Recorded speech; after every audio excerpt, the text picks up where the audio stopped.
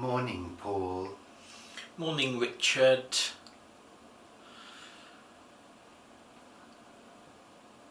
Have you done your hair? Well, I've revived it with my curl reviver. Reviver? I hardly know her, said the paramedic to the priest. That's quite good. That's actually. quite a good one, that one, That's Paul. quite good, yeah. I am yeah. quite good sometimes. Yeah. I'm I've just done that with my hair. Yeah, I can tell. So good morning to you. Sunday chat! And you, and you. Year and year and year. I knew you were going to say that. Did you? Yeah. Am I that predictable? Sometimes. Oh. Yeah. Let's get on with the show because it's an ungodly hour of the morning. It's like 11:45. Exactly.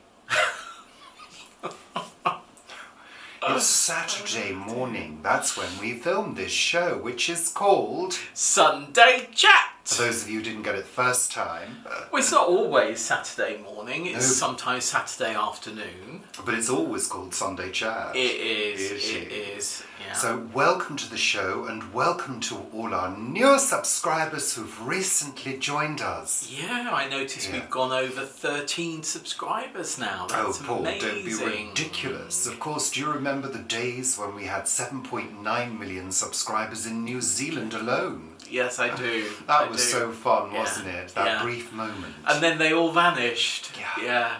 Yeah. Well, I'm pleased to say that we're approaching 7,000 subscribers. Are we? We are. I know. I think that's an achievement for such a small, insignificant channel such as ours. Yes, with small, insignificant people like me. I thought you were about to insult all of the viewers and they were all about to unsubscribe straight away. I mean, if you don't like what we do, you can unsubscribe. Yeah. It's an easy option rather than being nasty. Is anyone nasty? Well, somebody didn't like something I said the other week and said I'm leaving. Oh yeah. But Bye. That's Shut okay. the door on your way out. It's like the trash took itself out. But that's because that person goes onto another person's channel and just is a sycophant and says how wonderful that other person is. Yeah.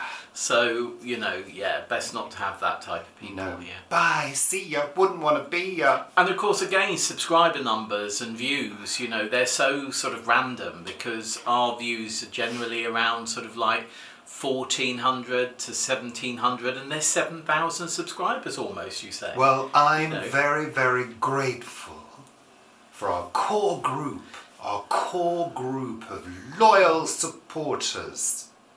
What? What's that? Yeah, but what's that hand gesture? What am I holding? An apple core. It's a big apple core. Grapefruit, Paul. C'est le pamplemousse. I do love that word. It's fantastic, isn't it? We heard heard that this week. Did we? Yeah. Maybe we should do a new game. What am I holding today? Oh dear, you could do it that way as well. Yeah, you can see that we're scraping the barrel now, aren't we? A barrel. What am I holding today? Paul. Yeah, about the same a little thing. barrel, aren't you, I am. Paul? I was baby barrel. when I was watching myself on when watching yourself, I was editing watching a week your at own the plot. videos, I was liking your own videos. Yeah, I go on with about 1,300 different personas and like them. Oh, I need a tissue. So I was watching myself. I was weeding the bed in front of the shed.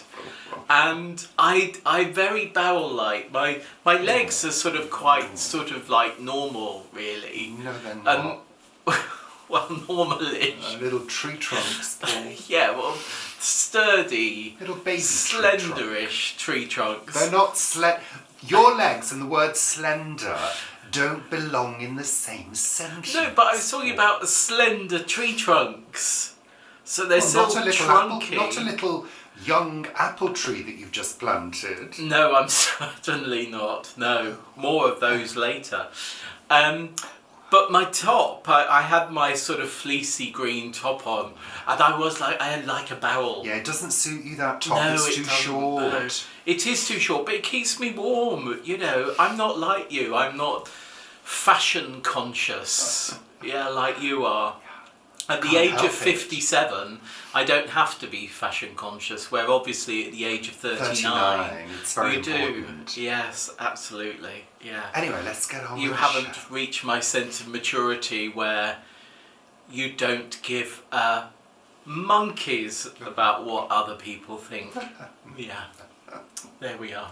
What is it, monkeys? What's the... Is it a slang? Is it a sort of... Well, is it to do with brass monkeys? No, brass monkeys is when your knackers are freezing, isn't it? And they could fall off. Yeah. I don't know. Monkeys cuss. Yeah, move on monkeys now, cuss, Paul. maybe. Move maybe. on. Yeah. So, a little reminder to everybody that we have many different platforms here on Richard and Paul. We've got Facebook, Richard and Paul. We've got our Facebook group, Planet Vegetaria. That's a Facebook group by Richard and Paul. Richard and Paul since 2017. That's contractual. We also have Instagram. That other one, I can never remember what it's called now. Well, we sort of... X. Yeah, we go on to Twitter. I'm still calling it Twitter, sorry, it's Twitter. Yeah, and then Threads occasionally as well. Threads. So, yes. And, of course, our coffee page where you can support us by buying us a coffee. The links are below in the descripzione. They're lovely. And... what? What? Our newsletter, of course, our Richard and Paul newsletter, which is out monthly. Yeah, we'll be working on that next week, trying to get it out a bit earlier in the month than normal. Yeah.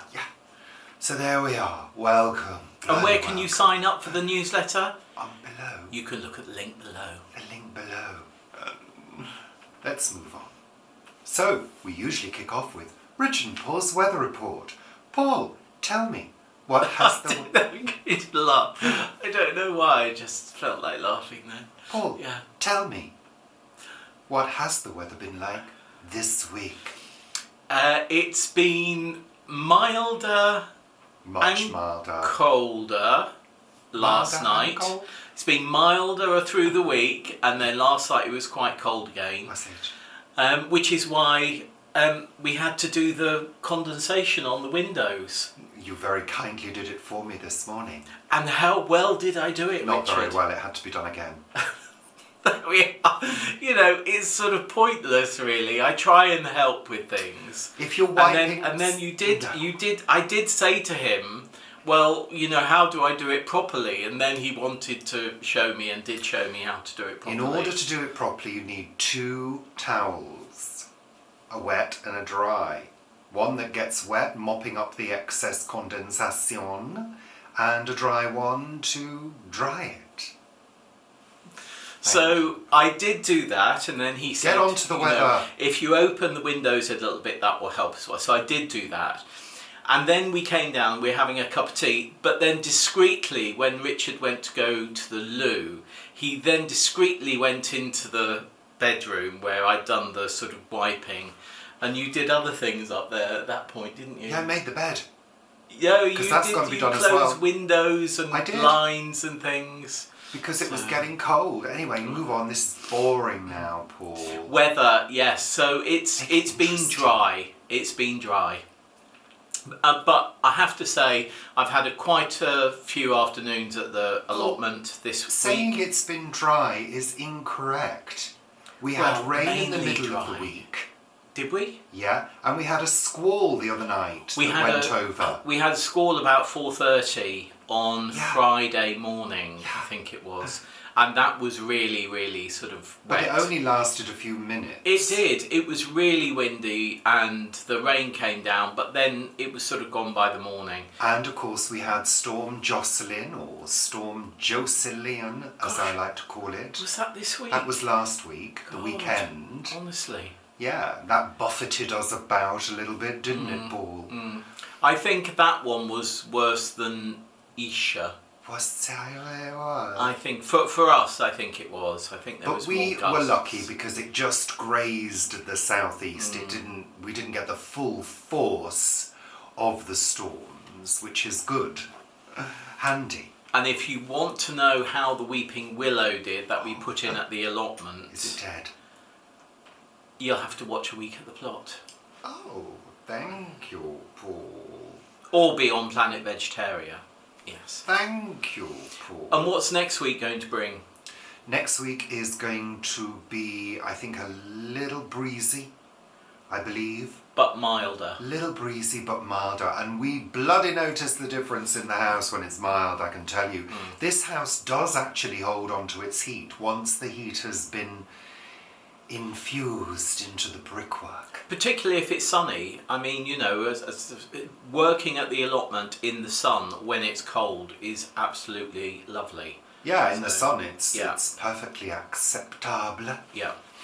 So that's lovely. So Paul, you wanted to give a little update on For Earth's Sake. That's For Earth's Sake, the plastic-free shopping experience. Still in Cranley, but not where it was before. So we're in the process of restarting some of the services. So next week we're going to start doing the satellite shopping, and that's where we go to local villages and we pick up bags from a certain area and we do the shopping for the customers overnight and then drop them back on Thursday. So that starts again next week. And we're also doing a pop-up in front of 140 in Cranley on Wednesday and Thursday of next week, and I will be there for Wednesday at least. So yeah, we did an awful lot of moving things around this week and starting putting all the dispensers onto the new premises, the walls of the new premises, so that we can start that satellite and delivery shopping. So that's really good. We're still some time off actually opening the shop for personal visitors, but yeah, we're getting there. It's looking good.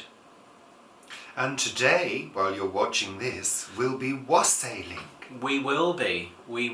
So the orchard, the very young orchard behind For Earth's Sake at the barn, or where that will be reopening, we've got Hook Eagle Morris coming over from Hampshire, I think, and they're going to be wassailing our very young orchard there. So that's from noon. So if you're watching this and are local to Cranley, you can get along and see the wassail at noon. So yeah. How lovely. And if you don't know what wassailing is, it is essentially the blessing of the orchards.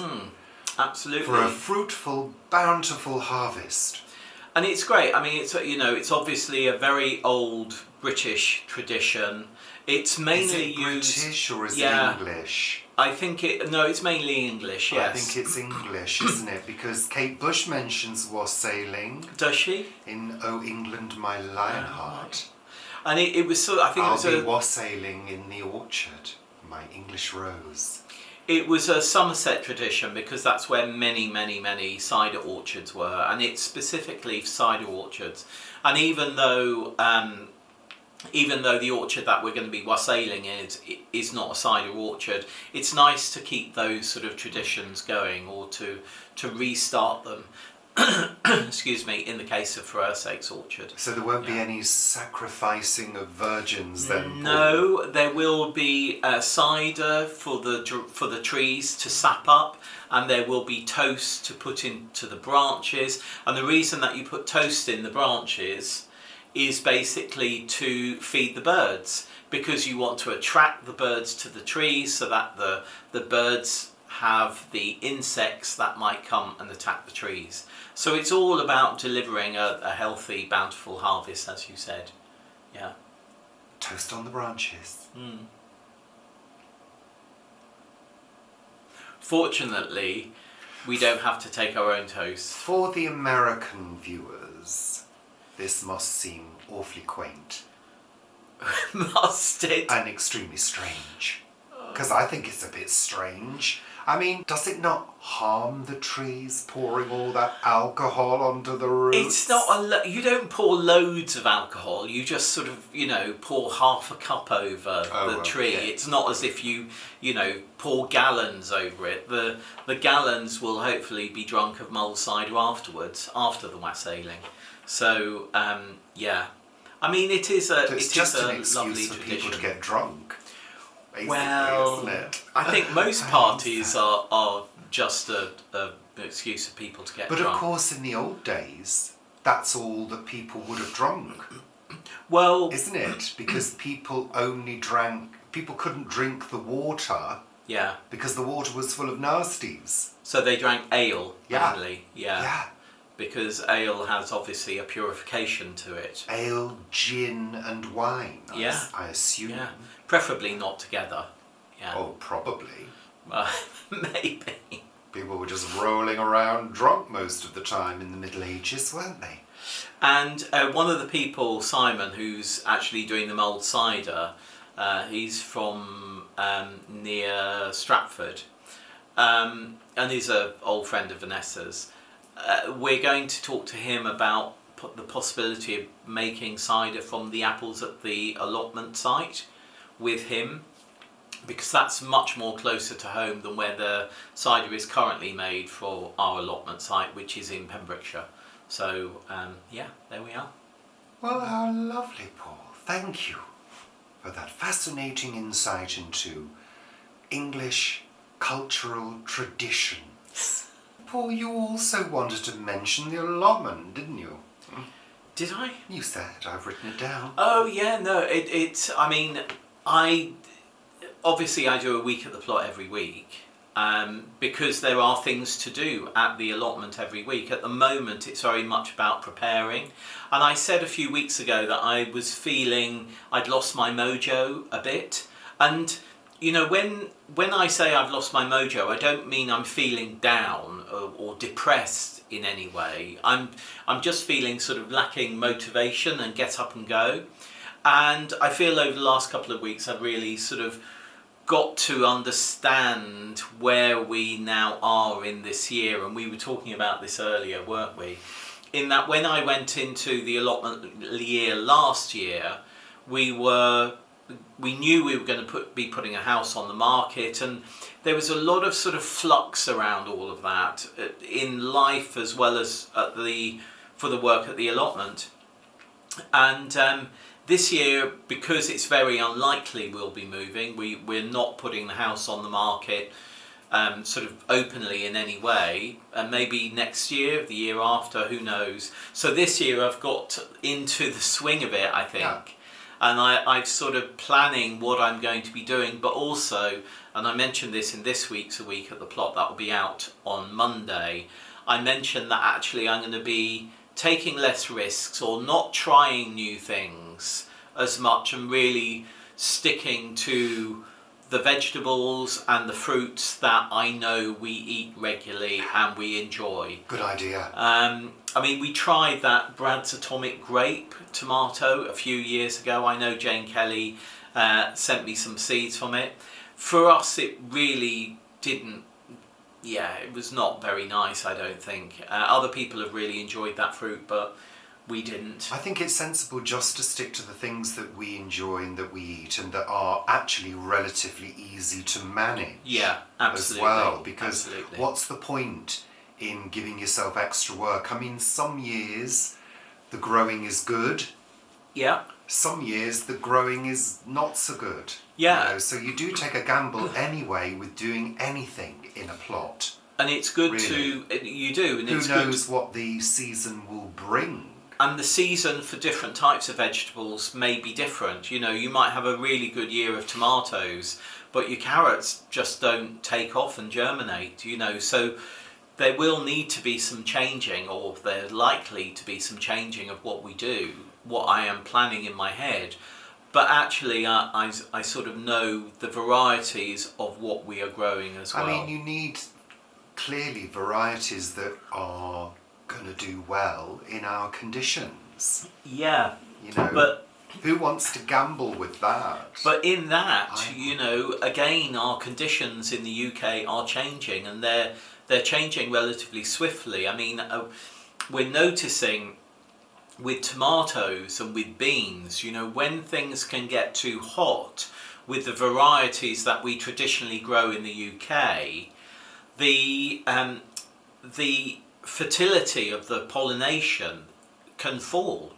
So things stop being pollinated. They just don't pollinate in the heat. So there does need to be some changes with what we're growing, including with tomatoes. So yeah, we will see. But I'm going to stick to tried and tested. Yeah, I think that's a good idea. How lovely. I would like to try and grow some red cabbage this year, though. We like red cabbage in a coleslaw, so okay, I might do that. But that, of course, is a long-term vegetable. I like any cabbage. You do? I like any cabbage. Doesn't have to be red. I've seen a lovely recipe, which I've sort of done a few times before over the years, where you really sort of sweat down cabbage and onions and use it as a pasta sauce, because it becomes sort of quite creamy rather than sort of chunky, and that's with a white cabbage. So yeah. Talking about new recipes, keep your eye out, because we're working on something at the moment. It'll be a while, but there will be more cookery videos coming. Can't say when, no, but they will be on the way soon.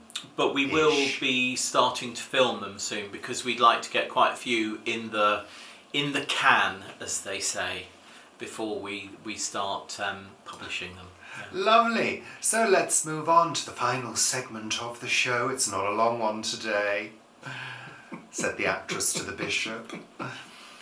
What have we watched on television this week? Well, it's been quite a good week for TV.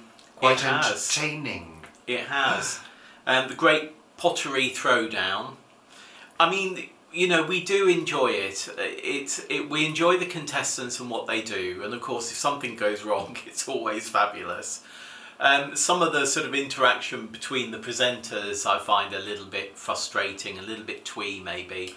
Yeah. But you know what? It's nice seeing people develop, and I'm amazed at these crafters, how the intricacy of what they do. However they build something or use their hand on the wheel to sculpt it is incredible in itself. But then they have all this painting and artistry that they then have to do to the sort of jugs and bowls and cups and plates and things, and it just amazes me. I sort of sit there watching it, think there's no way I would ever be that creative, but maybe I'm creative in different ways, rather than with my hands and with drawing. Well, if you were motivated to do something like that, you would have done it by now. Yeah, I think so. That's the thing, isn't it? People say, "Oh, I could do that." A little bit of fluff or hair or something. Bit of fluffing. People say, "Oh, I could do that." Well, do it then. Yeah. Go and do it.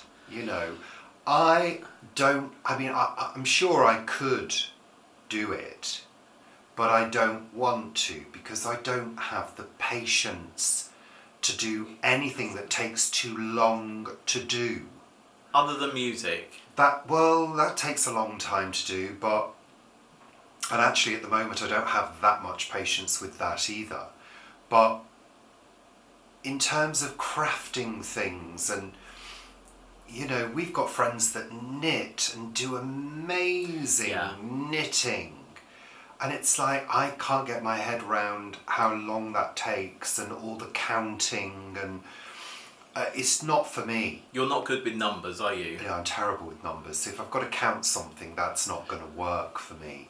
If I'm knitting a scarf or crocheting a scarf, where you just keep going until it's long enough, Fine, that's fine by me. I can do that and quite enjoy that. But I like instant results. I'm one of those people, and I've learned to accept that I like things done quickly and finished. Yeah. So a Tom Baker scarf, a Tom Baker Doctor Who scarf isn't for you? Well, I guess I could do the colours. I mean, you can get that wool that automatically puts the stripes in for you, can't you? Yeah, you can. Which I can't get my head round, to be honest. But, no, I mean, you know, doing a scarf or maybe a hat or a tea cosy, something like that, yeah, I could do that. But anything complex, I just don't think I could do it. Don't think I've got the patience.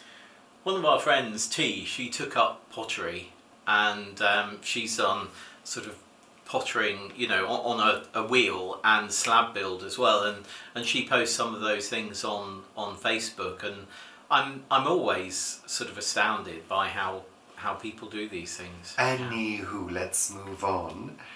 Vera continued to... Oh no, we finished it, didn't we? We finished. But there's more coming, isn't there? There are. There's 2 more episodes to come in the spring, apparently. So they don't half space them out, don't they? I mean, you know, it's very odd because we see so many American programs where they do, you know, 12 or 24 in a series because they very much sort of fit into quarters of the year, effectively. In America, in terms of scheduling. You're right. So it's you know, it always feels a bit odd when we only have 2 or 4 in a series. Of course, if it's a limited series, that's a bit different. But Vera, always worth it, and we enjoyed that last one, and more to come. We did. We also watched Question Time. Now, for those of you who don't know, this is where an audience asks questions regarding issues in the UK, and it takes place in different locations around the UK, and is presented by Fiona Bruce, a very familiar face on British television. She does Antiques Roadshow as well. And the thing I like about Fiona is she's very much in control of the proceedings.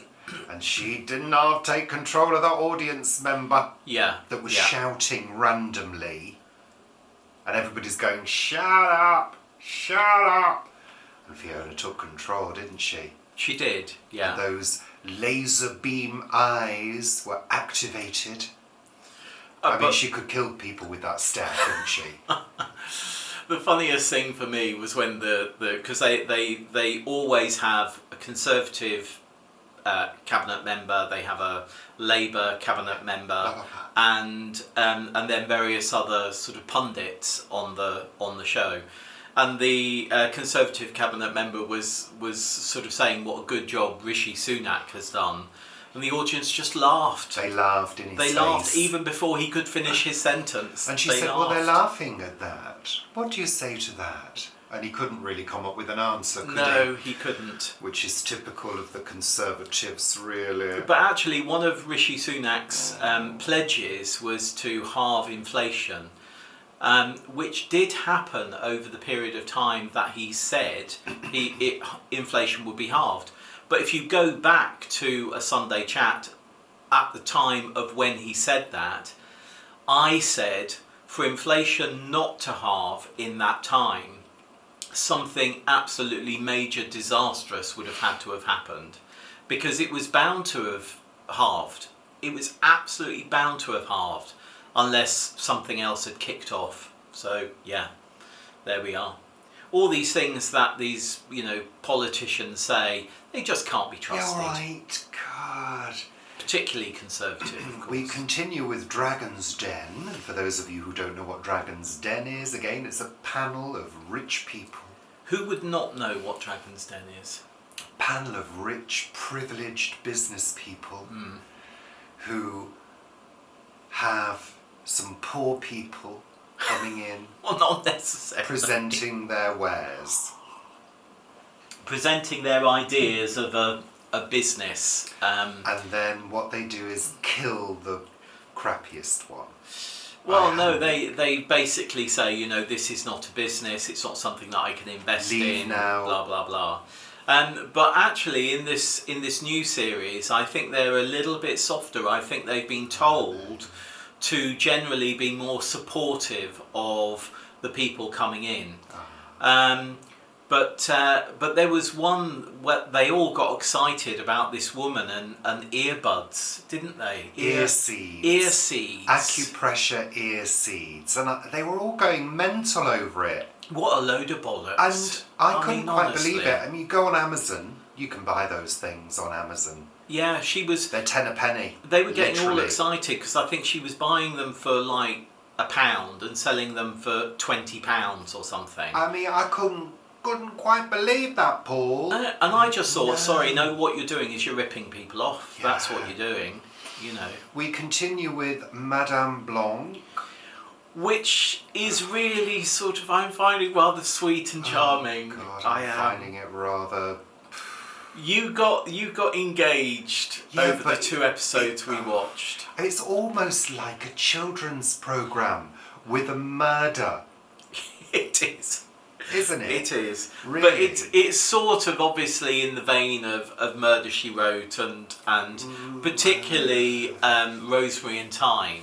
I think it's much lighter than both of those programmes. I think it's lighter, yeah, I think it is, but I do quite enjoy it, and the scenery is always lovely, and Sue Holderness They are good. They always worth Robin it. Esquith and Sue Holderness are good. The two of them are just That is funny. lovely. They should have their own series. Well, who knows? Maybe they will end up Really? with one, but yeah. We've been watching old Top of the Pops as well. And Late 80s, I think, mainly. late 80s and early 90s, which is kind of when we were still following modern pop music at the time. In fact, we still were listening to the current pop music in the early 2000s. Yeah. Then yeah. I kind of got left behind. Yeah, I did. as well. Which is fine because I can't stand most of the new music. I can't stand the way that people sing nowadays. It really annoys me. Everybody sounds the same. All the men sound the same. All the girls sound the same. Oh, Do you all the can't- women sound the same? Girls, women, boys, men, whatever. They all sound the same within their genres, frankly. You can't tell what they're saying half the time. I sound like an old person. Yeah, yeah. You But sound that like is Mum the and way- Dad used to say. That's the way it goes. I know it is. For I know every it is. generation. I mean, I think the people that do stay up to date are the ones that have got kids. Yeah. Because the kids are listening to it, they listen to it. You know, that's a bit different. But I think for people like us who, I mean, I'm not particularly a muso. I don't listen to music particularly often at all. So I'm not bothered. I'm not bothered. Does my face look bothered? I'm not bothered. Do you know what I mean? But looking back and being nostalgic, it's quite fun. But this sparked something for me. And what sparked it off actually was the use of Sophie Ellis-Bextor's Murder on the Dance Floor in Saltburn. I've not seen Saltburn, we've not watched it. I'm not going to watch it while it's being hyped. I don't do that. I wait for the hype to die down before I can judge it. Or not watch it at all. Or not watch it at all. It doesn't really appeal to me, the subject matter, to be honest. It sounds all a little bit icky, to be honest. But what prompted this thought that I'm about to tell you was Sophie Ellis-Bextor, and that was when we were still listening to current pop music, when Yeah. her album was out Yeah. in the early 2000s. Really liked her album. Really like her. And I just happened to view the video for Murder on the Dance Floor. And I looked at it and thought that was 2003.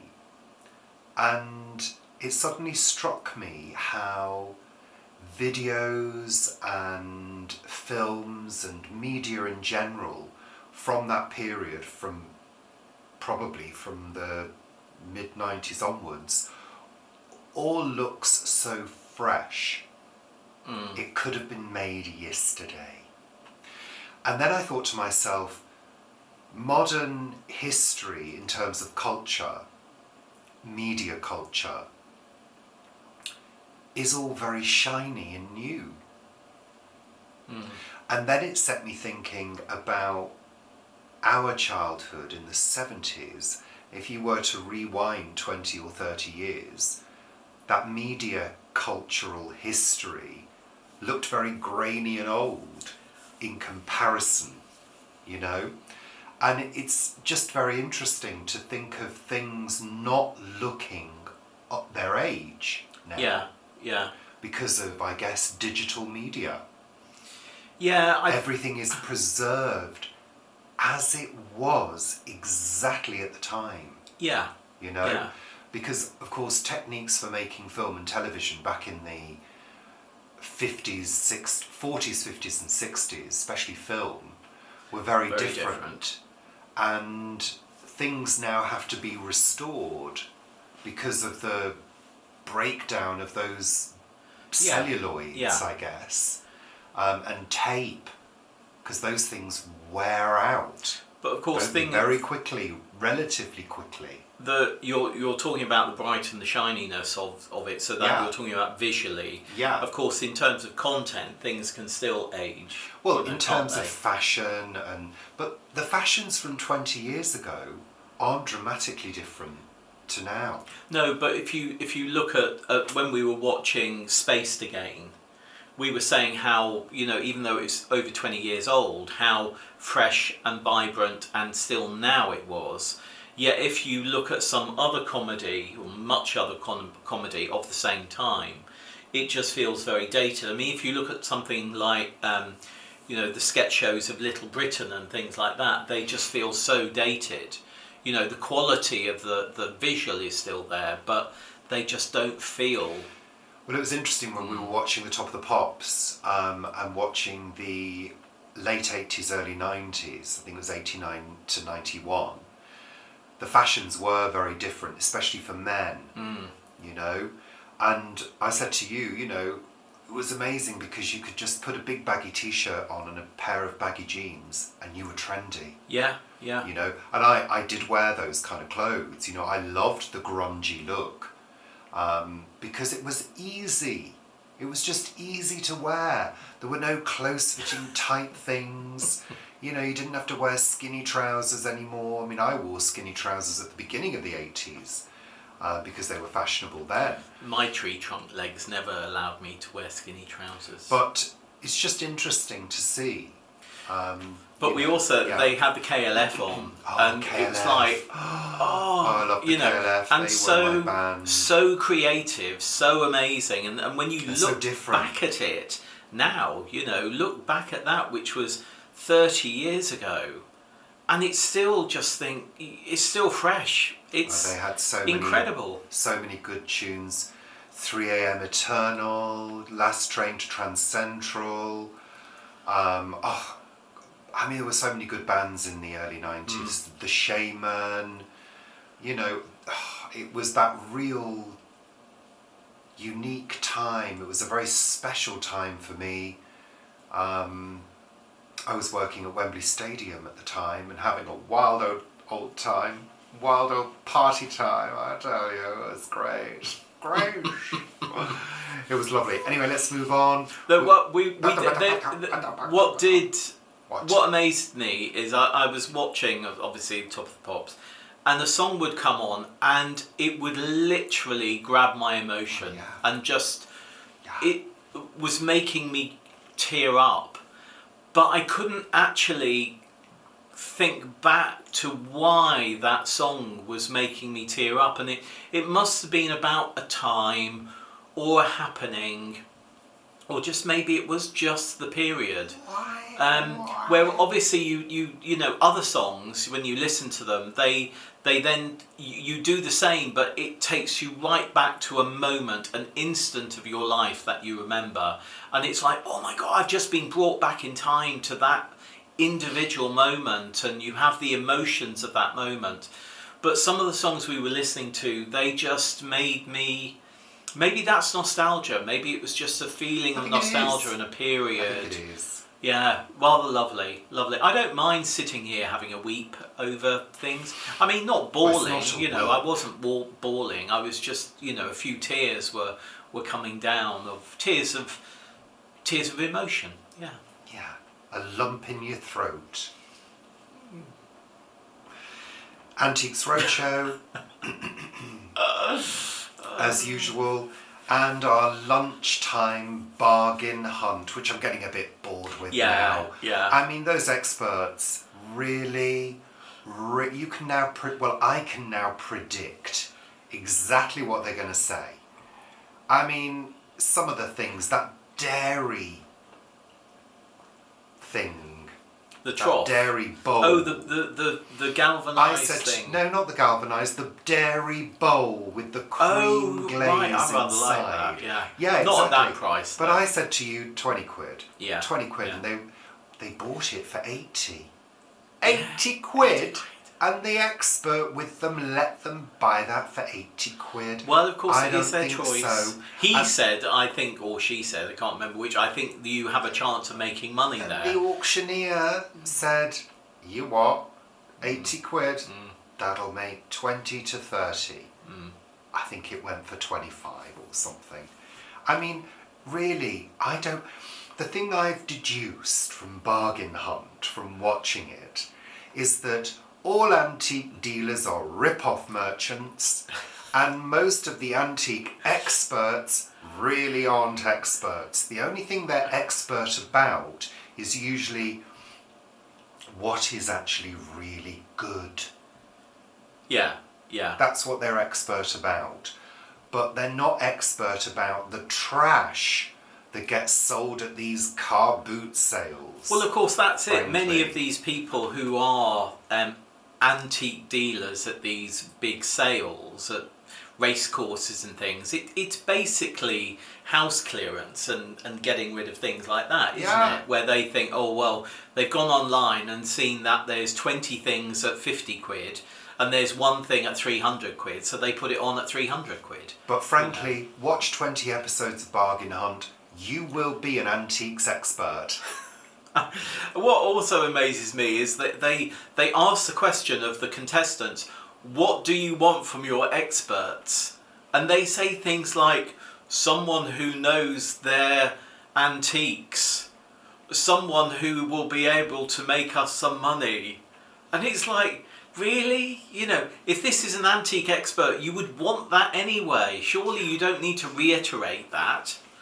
Right. Oh. So that's it Time for this to week's not show. watch it. That's it for this week's show, Paul. Shush now, Paul. We do have a Father Brown to watch over lunch today, so we will watch Oh, I've not part drunk of my that. coffee. You haven't? No, Well, I've it'll drunk probably mine. be bitter anyway. Oh, thank you. That instant coffee's not very nice. It's not, Paul. I think he has really odd taste buds. Sometimes he goes, oh, that's really nice. And other times he goes... Well, it's quite nice with a nice chocolate with it.